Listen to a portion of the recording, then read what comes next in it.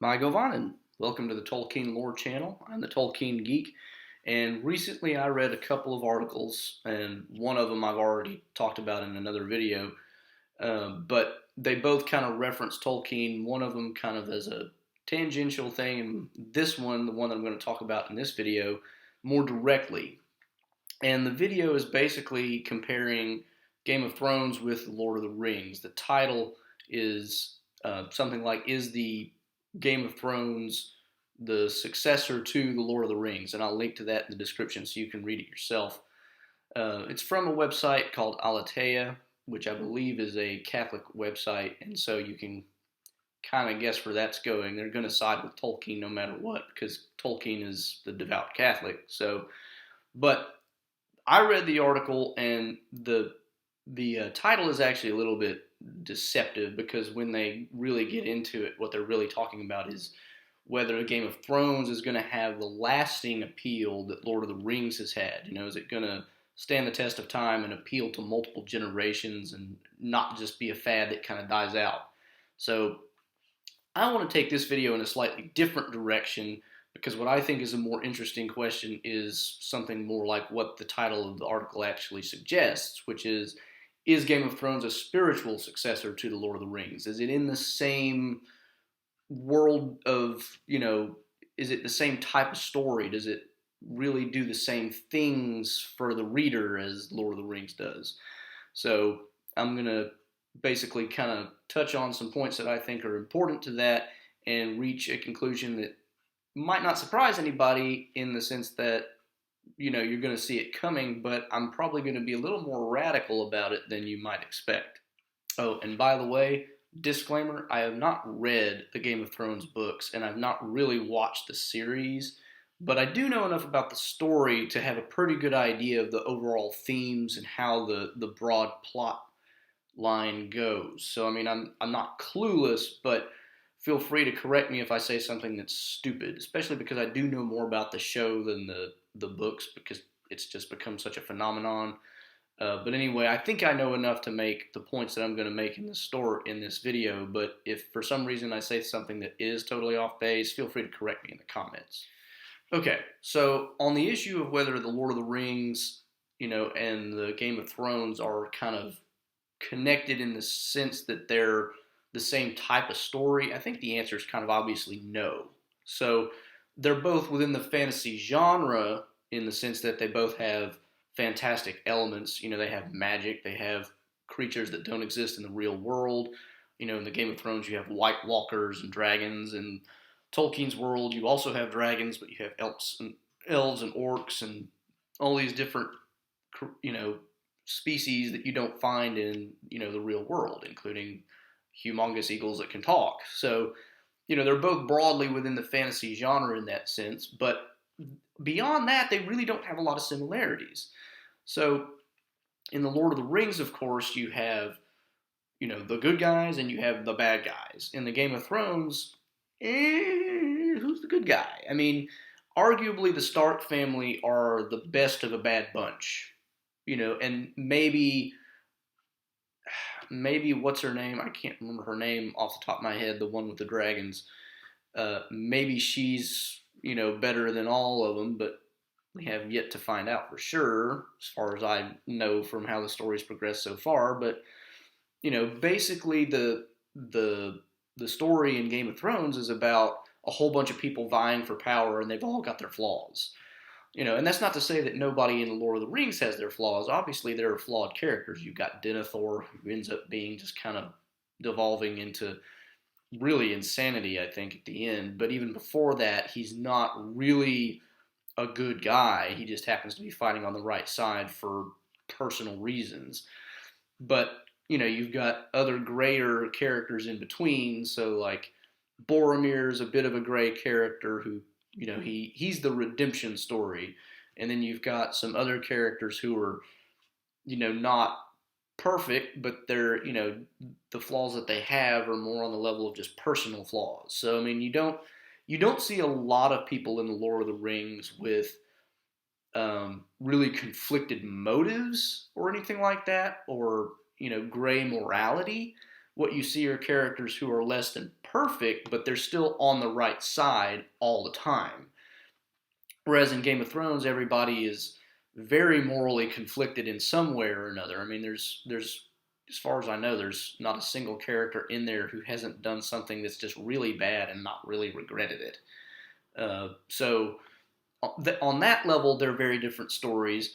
On another level, the plot itself is very different. The Lord of the Rings is a quest. It's an epic quest, right? The whole story is about one person and his companions trying to reach a certain goal.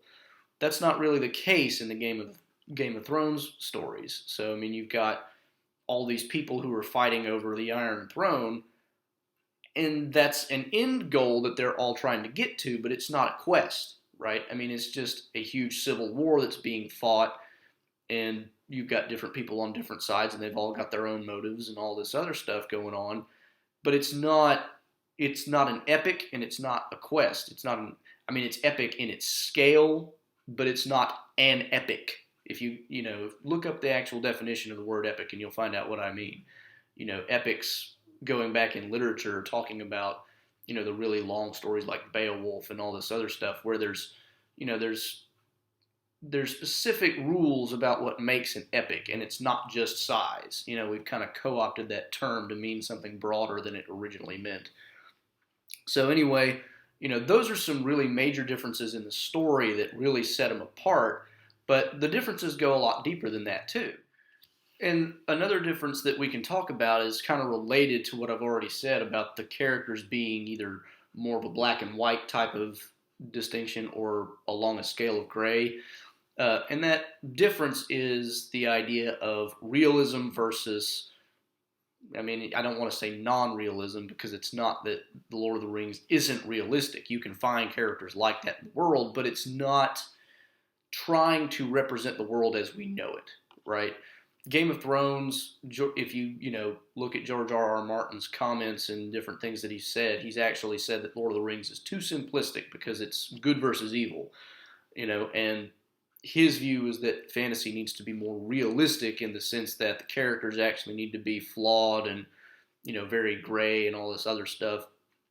So, but is that really a valid criticism? And this is, I think, where you get the real distinction between the stories and why Game of Thrones is not a spiritual successor to The Lord of the Rings. So, in The Lord of the Rings, Tolkien wasn't trying to represent people as they are. He was trying to represent people as they should be. Aragorn and Faramir and the various other characters that we see are, generally speaking, the good ones anyway, are representations of what we should strive for as humans. These are the kinds of people we should admire and emulate and try to be more like. Obviously the other major characters like Denethor we should not be like. We should not be like Saruman, who grasps for power. We should not be like Denethor, who thinks only of the pragmatic and then despairs. We should not be like Theoden before Gandalf came along and give in to, despair because people are telling us that, everything is bad outside. Tolkien's worldview, being a Catholic, is that, there is a good side, God, and a bad side, the devil, and one side is going to win in the end, and it's the good side. Evil will be defeated, period. And that's the point of a lot of his, fantasy writing, is conveying messages like that, the big idea messages of, general principles and things like that. He kind of disagreed with using allegory. He once famously said that he cordially dislikes allegory in all its forms. So he doesn't like allegory, but he's not against using symbolism and including messages in his stories by, means of the plot and the character interactions. So, a lot of his story is built around conveying these kinds of messages and showing, this is what we ought to be like. This is, these are the kind of principles we should adhere to and that sort of thing. Whereas in George R.R. Martin's world, you get a very different idea. He's just kind of saying, humans are terrible, so why should I make any of them be good? Well, that's not entirely true. There are some humans out there who actually are good people and don't do the kind of terrible things that, almost everybody in Westeros ends up doing. So this idea that he's just representing humans as they are, well, you're representing a certain class of humans who are, admittedly probably make up the majority. You're representing them pretty well, but why can't we have, at least one person there that actually represents, here's what a good guy looks like. Even Ned Stark, who is portrayed by Sean Bean, who played Boromir in the show, the HBO show uh, of Game of Thrones, and Boromir in the Peter Jackson version of the movies for Lord of the Rings. Even Ned Stark's character is a very conflicted character. He's got some really nasty things in his past that, you find out about him and you think less of him as a character. Why do we think less of him as a character? Isn't that kind of the point? In fantasy, one of the things that we tend to look for is the person who we can really side with. If you read all of Aragorn's history in the Lord of the Rings and the appendices and all that, you won't find that he ever did anything that makes you go, man, I liked him so much. You like him all the way through. You like Faramir all the way through. You like Frodo all the way through. They never do anything that makes you think, man, I really like that character. Now I find out he did something terrible. Everybody in Martin's universe does something terrible at some point, pretty much. There might be exceptions to that I'm not aware of, but the point is, they're trying to represent two very different things.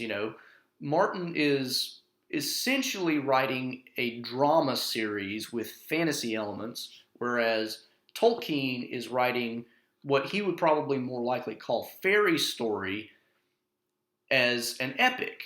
And to me, that gets down to a really crucial distinction, and this is where I might shock you. So here's where things get a little bit radical, okay? The idea that I want to put forth here is that George R.R. Martin's work, Game of Thrones, is not actually a fantasy story at all. It's just a human drama set in a world with fantastical elements. Now, obviously we can say that if the fantasy genre is merely defined by the presence of fantastical creatures or fantastical powers or events like magic, dragons, that sort of thing, clearly George R.R. Martin fits within that genre. But I think that to categorize fantasy as just being defined by those elements is a little bit weak. Tolkien himself would have said that fantasy, or as he would have called it, fairy story, is properly defined as more of a, it's more about the good versus evil struggle. And in Lord of the Rings case, it's also defined by a quest type storyline. The quest is, of course, Frodo trying to get the ring all the way to Mount Doom.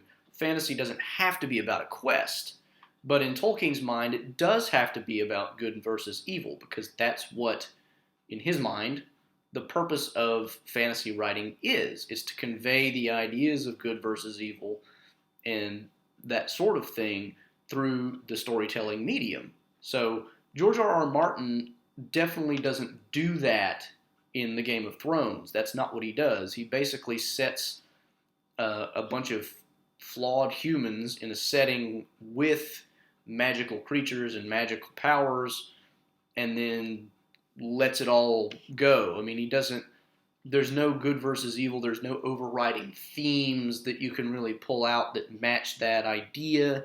You've got better characters and worse characters, but they're all bad. Even the Starks end up being kind of, none of them end up being terribly good people. They all just end up being out for their own interests for the most part.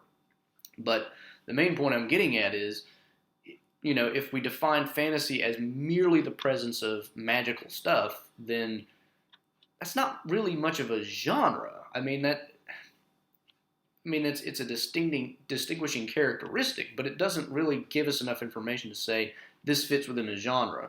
If you look at other genres, do we define drama as the fact that they sit in a normal world? No, we define drama as the way the plot goes and the way the characters interact.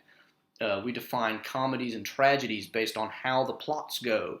We define, all kinds of other different things by And by the way, when I mention comedy, I'm talking about Greek comedy. I'm not talking about what we understand as comedy.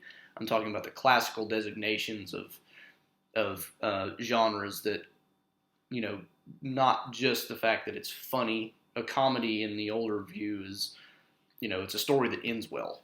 So, I mean, it's about the direction of the plot and what's going on in the story. So, sure, you can say that George R.R. Martin's work fits in the fantasy genre if you want to. To me, it's just more of a drama that has some fantasy thrown in to make it interesting, basically. Because let's face it, if it didn't have that, would you really want to read it? I mean, if you really wanted to read something like Game of Thrones, but it didn't have White Walkers and dragons and magic, would you really be as interested? Probably not. So, I mean, it's kind of just thrown in as spice. You know, it's spicing up the story a little bit, but the overall story is just a drama. And, I mean, you could call that fantasy if you like, but I'm with Tolkien in that it seems to me that fantasy is about something more than that. It has something to do with the plot. And if you look at some other people, Tolkien's not the only one.